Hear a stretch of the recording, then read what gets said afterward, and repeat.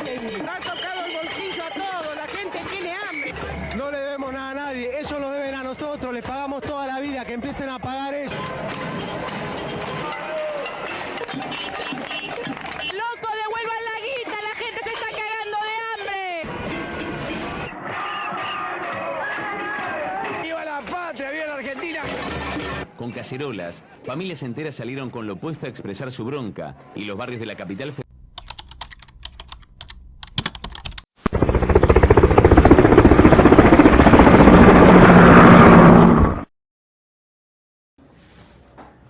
¿En qué trabajabas en el 2001? Bueno, ante todo, gracias por dejarme participar. Soy Hugo Galderici, el papá de Juliana. En el año 2001 trabajaba de docente secundario en la Escuela Media 1 de Valentín Alsina, en el Instituto San José de Loma de Zamora, y trabajaba como profesor en la Universidad Nacional de Loma de Zamora, Facultad de Derecho, y era director del Centro de Extensión Zárate. Esos eran mis trabajos y trabajaba en mi estudio jurídico. ¿Y dirías que la crisis te afectó? Bueno, pero para hablar del 2001 hay que arrancar de mucho antes y voy a dar mi opinión, porque bueno, como siempre en la historia sabemos que mitad de la biblioteca, igual que en el derecho, va para un lado y la mitad va para el otro. Esto empezó en realidad a la vuelta de la democracia, el gobierno de Alfonsín, dura 6 años, un gobierno que vino a saldar muchísimas deudas que tenían que ver con la falta de derechos humanos y con cuestiones sociales, implementó dos grandes planes económicos, el Plan Austral y el Plan Primavera.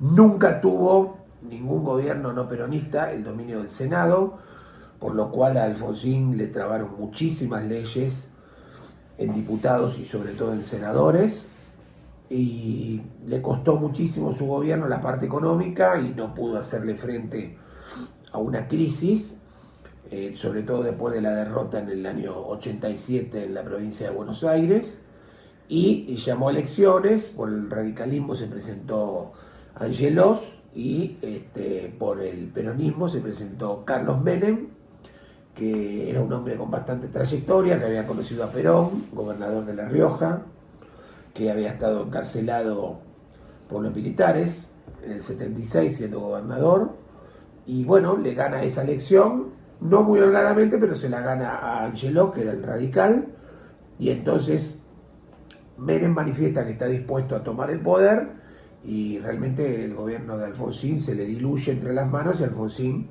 entonces se entrega 6 meses antes. Su mandato de 6 años duró 5 años y 6 meses.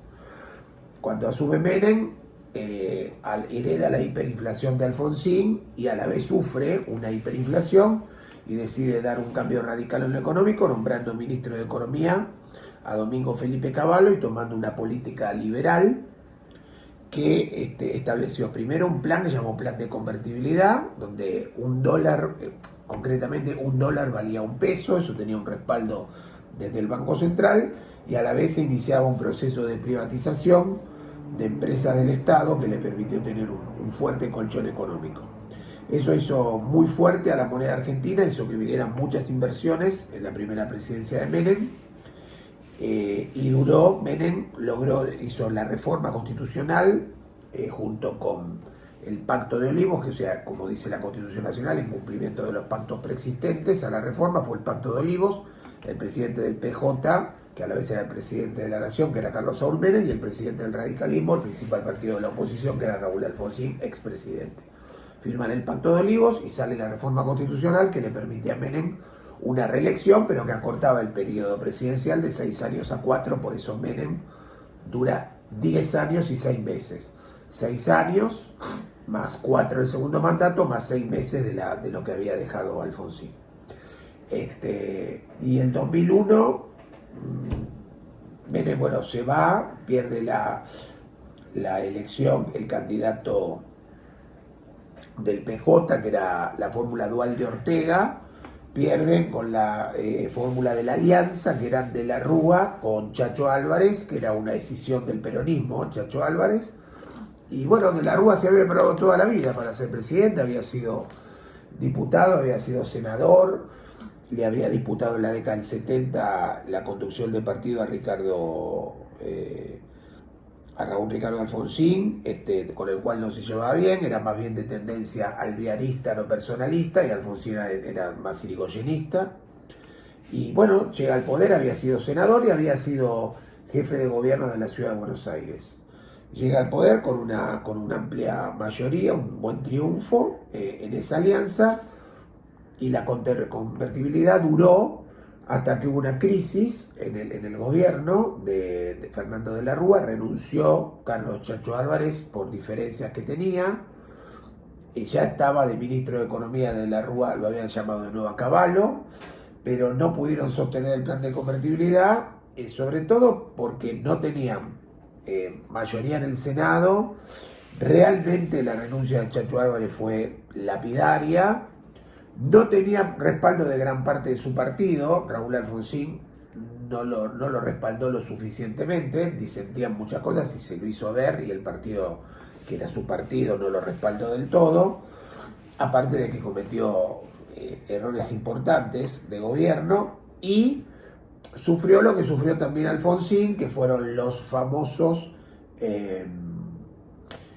la famosa salida de gente a la calle con la toma de mercados y demás, que estaba todo fogoneado desde el partido justicialista, como después se comprobó, con los famosos varones del conurbano o intendentes del conurbano, hasta que se vio obligado, a las circunstancias, a renunciar en diciembre del 2001. Más o menos, ¿cuál es la pregunta concreta? ¿En qué te afectó a vos? ¿En qué me afectó a mí? Bueno, a mí el 2001 me tocó el día previo, que creo que fue el 19 de diciembre, me tocó volviendo de la escuela media de Valentín Alsina y en Lanús. Volvía con una profesora de historia, me acuerdo, y realmente vimos los saqueos en los supermercados y demás. Y bueno, yo realmente había votado a De la Rúa y no me gustaba lo que estaba pasando, lo veía todo como muy armado. Y el día 20 me tocó estando en un supermercado, que fue el Coto de Temperley, que justo estaba ahí. Habíamos ido con 2 compañeros de la universidad a almorzar al patio de comidas, y nos agarró ahí todo el desastre. Nos tuvimos que quedar adentro porque hubo un intento de toma y cerraron la puerta, bueno, golpeaban, querían entrar. Así que bueno, en eso me afectó. Y en lo personal me afectó porque, bueno, tenía un pequeño dinero ahorrado, y con el famoso corralito que hizo que las entidades bancarias no devolvieran los depósitos que estaban en dólares, precisamente un peso, un dólar. Bueno, eso afectó económicamente y provocó una gran crisis económica, ¿no? ¿Qué otra pregunta ahora, Juli? ¿En qué aspecto se vio reflejada la crisis en el ámbito laboral? Bueno, en el ámbito laboral la crisis fue muy fuerte, hubo una gran desocupación, porque la crisis del 2001 fue ante todo una crisis de gobierno, que terminó con 5 presidentes en pocos días, hasta que la Asamblea Legislativa nombró a quien había sido el perdedor en la elección contra De la Rúa, que había sido Eduardo Duhalde.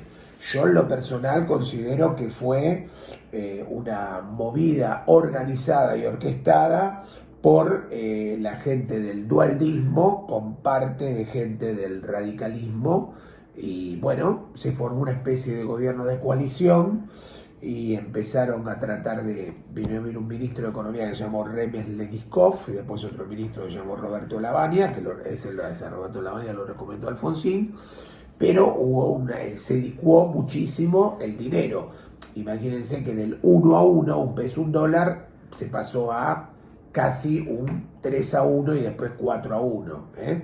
Es decir, y además la gente no podía recuperar sus ahorros en dólares, por lo cual, eso me tocó de cerca, los abogados se nos encomendaba lo que se llamó quitar el dinero del corralito, es decir, hacer acciones de amparo, para poder sacar el dinero que los bancos no querían devolver y que terminaban devolviendo a regañadientes con orden de jueces que decían, bueno, señor, usted tiene que devolver el dinero.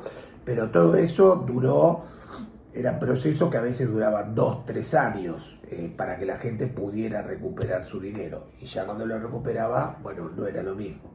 Y fue una crisis muy importante en la Argentina, tal vez una de las crisis más importantes de su historia en los albores del siglo XXI. Entonces vos como abogado utilizabas instrumentos legales para recuperar. Yo como abogado tuve algunos clientes que me encomendaron que les realizara amparos para poder recuperar su dinero. No me dediqué exclusivamente a eso, mi estudio solamente no hacía eso, pero he realizado algunos amparos y muchos abogados se dedicaron a eso, a realizar amparos para que sus clientes pudieran recuperar el dinero de las entidades bancarias. ¿Y vos crees que desde los 90 hasta el presente la justicia fue decayendo, o sea, fue siendo más corrupta? La crisis bueno, eso no voy a hacer a tiempo de explicarlo rápidamente, voy a tratar de hacerlo en un minuto. La justicia latinoamericana es una justicia lenta y venal. Después busquen bien el significado de esa segunda palabra. Es una justicia lenta y venal. Y es una justicia que no está a la altura de las circunstancias. Lamentablemente es una justicia totalmente influenciada por el poder político. No es una justicia imparcial, es totalmente parcializada. Por supuesto, hay jueces y fiscales probos y gente honesta, pero lamentablemente considero que en términos generales la justicia argentina deja mucho que desear, sobre todo porque generalmente está muy ligada al poder de turno.